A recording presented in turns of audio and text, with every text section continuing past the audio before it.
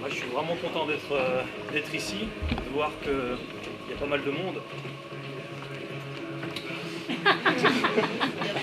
La star, comment il s'appelle? Tout le monde le connaît. J'adore l'utiliser parce que ça fait chier le monde. D'ailleurs, j'ai ramené du PQ exprès. Pose là. C'est l'anniversaire d'Azaria. Il a 1 an. Joyeux anniversaire. Ah vu? Ah pépère. Donc là il est un peu chamboulé. Et c'est bien, c'est une bonne expérience pour lui, ça le sociabilise toujours un peu plus. Évidemment j'ai pris mon café. C'est un sujet qui nous regarde vraiment tous, absolument tous, sans exception. Et je veux le traiter de façon à nous rendre compte que nous ne sommes pas seulement manipulés, mais que nous sommes les manipulateurs à divers moments de notre vie. Je sais que personne ne s'attendait forcément à ce que j'aborde le sujet dans ce sens, mais pour avoir vraiment étudié le sujet, j'ai estimé que nous nous plaignons beaucoup d'être manipulés, notamment par les médias, par le subliminal, par plein de choses. Il est mignon, hein. Tu vas me piquer la vedette, salaud. Il est beau, hein. On va également parler de politique. Alors, ça va un peu grincer des dents, à mon avis, parce que de toute façon, vu que ça parle de politique, c'est comme le foot, hein, c'est explosif. De psychologie, bien sûr, et même de religiosité. Voilà. Donc, évidemment, je ne peux même pas ne pas parler de Jésus-Christ pendant une conférence, faut pas déconner. Donc, il y a sans doute beaucoup de choses que vous savez déjà, et c'est pas plus mal. Ça prouve que vous posez des questions depuis un bon moment, quoi. Et ça ne fera que renforcer ce que vous savez déjà. Il y a aussi une partie que peut-être que vous ignorez et qui sera complémentaire à vos recherches, à votre soif d'apprendre. Donc on va voir déjà, et en plus il y a plein de vidéos, donc voilà, on sera un peu comme au cinéma. Donc qu'est-ce que la manipulation en soi? Vous avez déjà entendu ce genre d'argument du style « Pourquoi tu t'énerves si tu as raison, si tu dis la vérité, si tu n'es pas en tort ?» Justement, je m'énerve parce que ce qu'elle raconte, c'est des conneries. Vous voyez, donc on a toujours des idées reçues comme ça, c'est pas parce que tu t'énerves que tu as tort. Donc le manipulateur va souvent essayer de jouer sur ce genre de choses-là. T'énerve pas si tu as raison, si c'est toi qui dis la vérité. A contrario, une personne qui ment peut dire les choses très calmement pour justement donner une impression d'assurance et de vérité. La manipulation est un concept validé par de nombreuses expériences scientifiques, c'est ce qu'on va voir en vidéo. Parmi ces expériences, nous pouvons citer l'expérience de Milgram. Vous connaissez l'expérience de Milgram? Non? Parfait, vous allez vraiment découvrir quelque chose. Ma belle-mère, on pourrait le dire à tout le monde sur internet, on ferait des vidéos. Voilà. La belle-mère de Morgan Priest. Ah, la vérité. C'est toi qui me disais, t'as pas eu de mal à sortir de la franc-maçonnerie parce qu'on galère vraiment normalement. Voilà, c'est ce qu'on dit sur le sujet. Moi, j'ai pas eu de soucis pour sortir parce que quelqu'un me mettait un joug derrière. On m'a pas menacé, on m'a rien dit. Mais j'ai eu du mal à sortir parce que je voyais tous ces gens costards, cravates, bien habillés, vraiment. Tu leur donnes le bon Dieu sans confession. Et tellement intelligent. Et moi, j'estime pas être quelqu'un de super. Je suis quelqu'un de spontané. Je parle avec le cœur. Je me démerde avec comme je peux. Mais eux, vraiment, ils ont un langage très littéraire. Ils lisent plein de livres et tout. Et moi, carrément, franc-maçonnerie en plus, de mon petit village, je me dis, mais merde, je me retrouve dans l'élite de la pensée, dans l'école, la plus grande école de la pensée. Bon, vous attendez justement. Tout le monde vous regarde. C'est les embouteillages. Ouais, c'est ça, ils disent tout ça. On pourra compte. Donc vous êtes tous des gens mauvais, c'est ça? Non. Surtout toi, qui me regarde en te marrant. Pourquoi je te vise toi? Non, généralement, d'un point de vue général, quand même, il y a beaucoup de chrétiens ici, mais donc vous savez que vous avez des péchés, des défauts, des problèmes à régler, et puis vous savez que vous avez besoin d'être sauvés. Donc c'est pour ça que la majorité d'entre vous savez que vous avez quand même un problème avec le péché. Comme disait Paul, je fais ce que je ne veux pas faire, et quand je pêche, ce n'est pas moi qui pêche, c'est le péché qui est en moi et tout le bordel.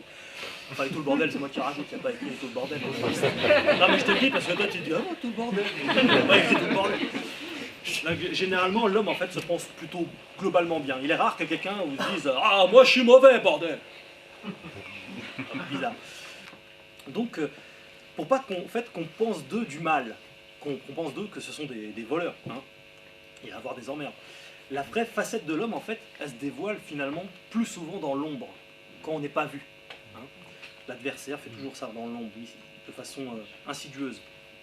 De ce fait, même nous qui aimons la vérité, la plupart, comme je disais tout à l'heure, la plupart ici sont chrétiens, même nous qui aimons la vérité, nous sommes tous enclins à peut-être à faire des trucs comme ça à un moment donné dans notre vie, à voler, à mentir, à manipuler à différents degrés. Je ne dis pas qu'on fait ça tout le temps, tous les jours, non-stop, hein, mais ça nous arrive tous en fait.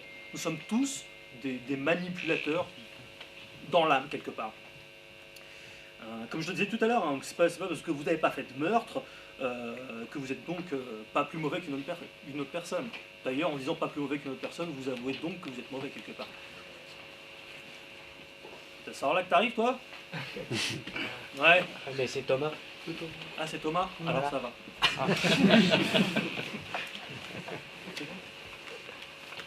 On va parler du McDo. Qui est difficilement manipulable ici? Moi. Toi, t'es difficilement manipulable? Non, je plaisante. Moi. Hein, c'est vrai que t'es difficilement manipulable? Ouais. On va faire un petit jeu. C'est vite fait, hein, viens voir. Si je peux me permettre. Je peux me permettre, ça n'a rien à voir. C'est autre chose. Alors, on va faire ça en vitesse parce que on a déjà pris un relais. Donc on nous oblige en nous faisant culpabiliser que nous ne prenons pas soin de notre santé en ne prenant pas les vaccins et celle de nos enfants. Même chose pour les animaux. Hein. Donc il y a des rappels tous les ans, mais moi il n'y a pas de rappel avec moi. Voilà. Certains sont importants évidemment, surtout en termes si on voyage dans certains pays, il faut les vacciner contre certaines maladies. Mais voilà, mais sinon si tu voyages pas, c'est pas la peine de le faire vacciner et tout ça. C'est un vrai business énorme les vaccins. Mangez peut-être plus sainement, prenez de l'argile, de l'argent colloïdal, des trucs comme ça dont j'ai déjà aussi parlé. Et je suis souvent le seul. Si tout le monde savait ça et tout le monde faisait ça, les laboratoires pharmaceutiques chuteraient. Ce serait dramatique pour eux. C'est pour ça qu'il ne faut pas que ça se sache. Et qu'on combat les gens qui assez durement, qui parlent d'une nutrition plus saine, comme Thierry Casasnovas, Oui. ou je ne sais pas si vous connaissez, Ah, Corinne oui. Pouget, que j'avais interviewée, qui est décédée.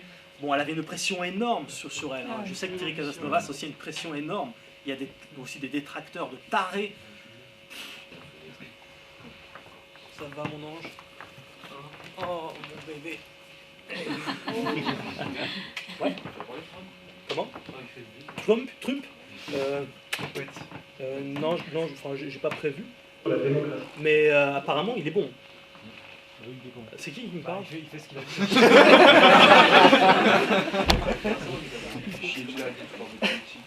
Ouais. Ouais, Trump, apparemment, il est bon et il est vraiment sali par les médias. Les apparences séductrices, l'adversaire, donc sous toutes ses formes, hein, prendra les apparences les plus séductrices possibles pour se conformer à votre schéma de pensée, en fait.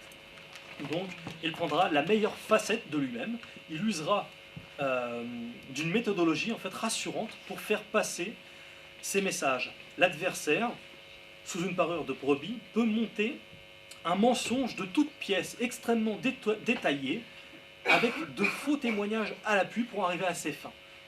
Vous voyez? Donc, je pense qu'on a tous eu plus ou moins affaire à ce genre de personnage-là.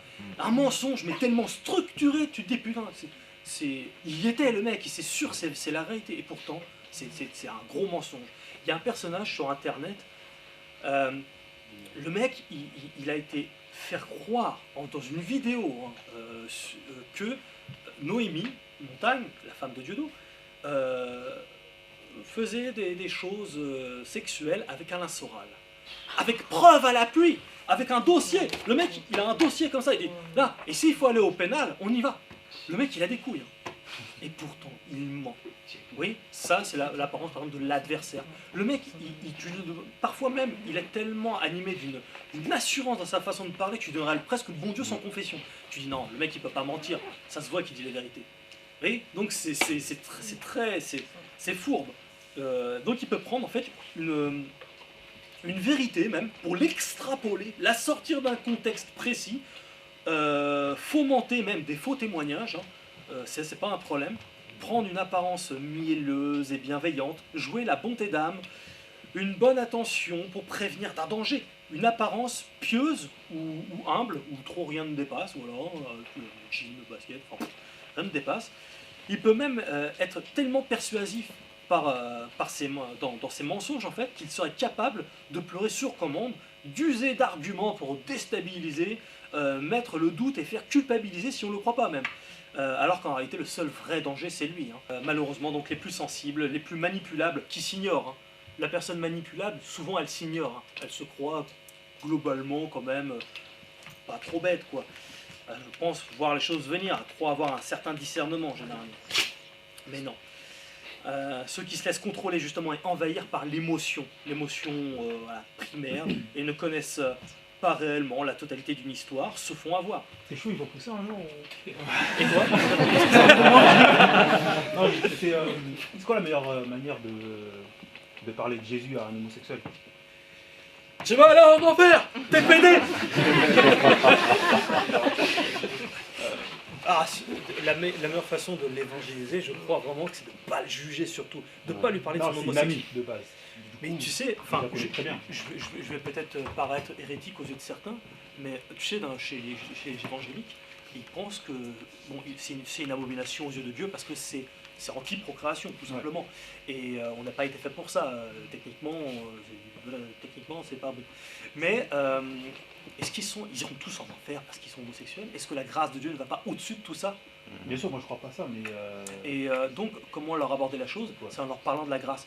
Si il te dit ouais mais les chrétiens parce que généralement les homosexuels ont un problème avec les chrétiens, ils détestent la Bible, généralement, je parle pas de tous mais beaucoup, et du coup faut leur parler, faut leur dire mais en Christ tu es libre, oui tu as des problèmes, mais moi aussi j'ai des problèmes, toi aussi tu as des problèmes, et tu fais des trucs dans l'ombre et tout ça que personne ne sait, et que tu as tes problèmes à toi, tu vois, et comme moi aussi, comme toi, surtout toi d'ailleurs.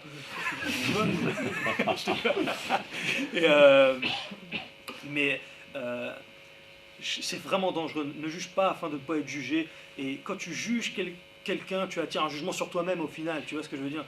Et il ne faut pas oublier ce que dit Jésus dans Matthieu au chapitre 7, verset 1 au verset 4, commence par enlever la poudre qui est dans ton œil avant d'enlever la paille dans l'œil de ton voisin, et c'est fondamental. Et alors oui, il y a des passages où on t'invite à juger, ne jugez pas selon les apparences, mais jugez selon la justice. Mais c'est quoi la justice, tu vois? Juger selon Christ. Et juger selon Christ, c'est connaître la grâce, tu vois.